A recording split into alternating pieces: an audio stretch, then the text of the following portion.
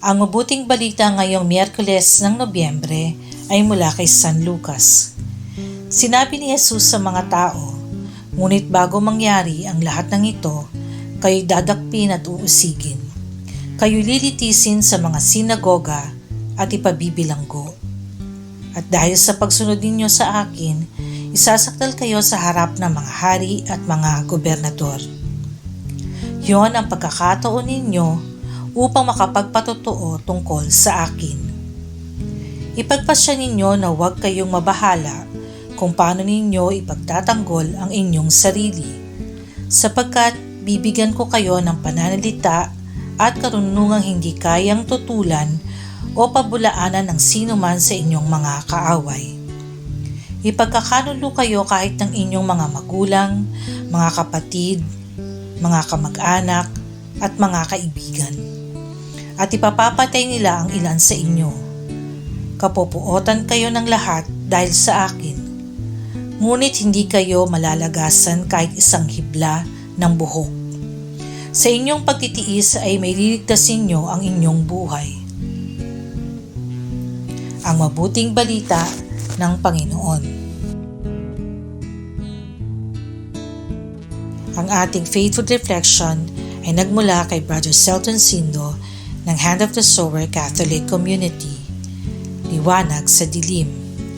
Noong nakaraang 2024 Olympics opening ceremony sa Paris, France, nagkaroon ng di inaasahang malawakang power outage sa naturang lungsod na tinagurian pa namang the City of Lights. Ito'y matapos mairaos ang Last Supper parody na umani ng mga negatibong reaksyon sa buong mundo. Sinasabing babala ito mula sa langit, bunga ng ginawa nilang paglapastangan sa banal na hapunan na sentro ng pagsambang Kristiyano.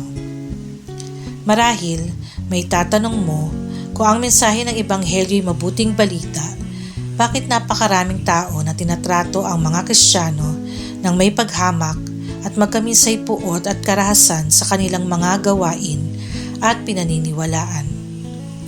Sa Ebanghelyo, binabalaan ni Jesus ang kanyang mga tagasunod na kakaharapin nila ang mga kasamaan, maling turo, pag-uusig, gayon din ang tukso na talikuran ng kanilang pananampalataya kapag nasusubok ito.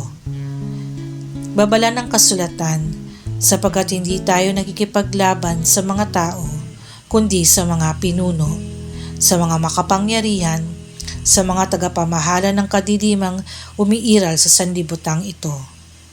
Lalahaning ang tanging layunin ng diablo'y patayin, pagnakawan at wasakin ng tao.